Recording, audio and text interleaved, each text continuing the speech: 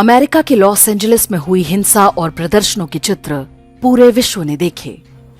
हाल के समय में अमेरिका में हुआ ये सबसे बड़ा हिंसक प्रदर्शन माना जा रहा है।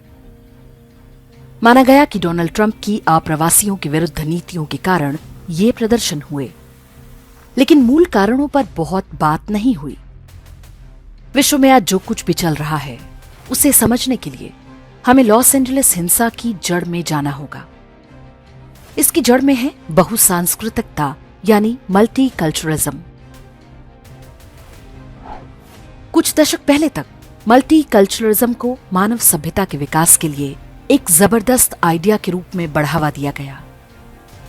ये काम मुख्य रूप से अमेरिकी वामपंथियों ने शुरू किया था। कहा गया कि किसी देश में जब बहुत सारी संस्कृतियों के लोग एक साथ रहते हैं तो वो देश अधिक सशक्त होता है। अमेरिका की सफलता का श्रेय भी मल्टीकल्चरलिज्म को दिया गया। उसी की आड़ में मल्टीकल्चरलिज्म के विचार को यूरोप और एशिया के देशों में फैलाया जाने लगा। कहा जाता रहा कि अमेरिका एक मेल्टिंग पॉट है, एक ऐसा देश जहां विभिन्न नस्लों, संस्कृतियों और समुदायों के लोग आकर एक समान अमेरिकी पहचान में ढल जाते हैं। वर्ष 1960 में अमेरिका की जनसंख्या का 87% से अधिक हिस्सा नॉन हिस्पैनिक व्हाइट नस्ल के लोग हुआ करते थे। रेड इंडियंस के सफाई के बाद बड़ी संख्या में यूरोपीय देशों से ईसाई लाकर अमेरिका में बसाए गए थे। इनमें अधिकांश अंग्रेज, आयरिश, जर्मन और पोलिश लोग थे।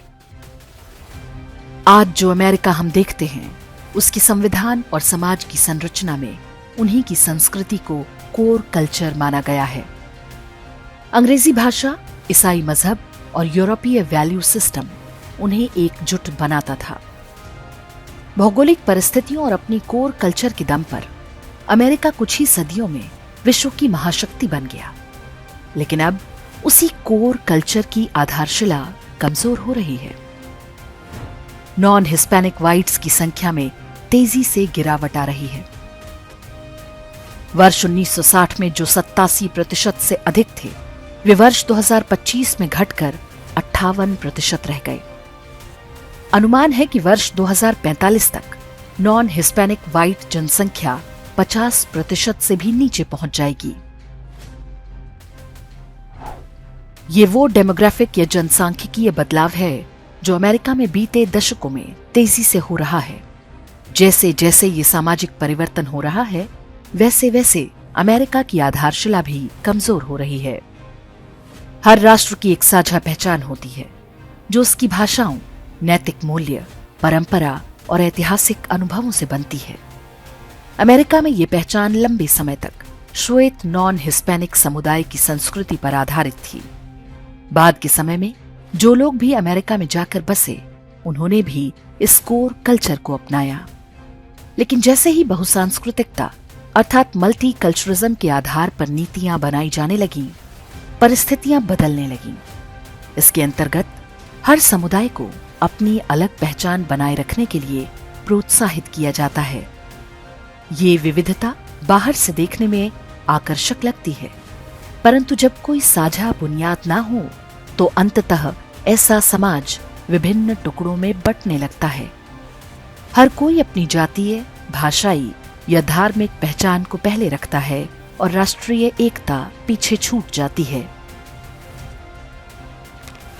यूरोप के कई देशों ने भी ये प्रयोग किया, लेकिन अब वे स्वयं स्वीकार कर चुके हैं कि मल्टीकल्चरलिज्म हैज फेल्ड।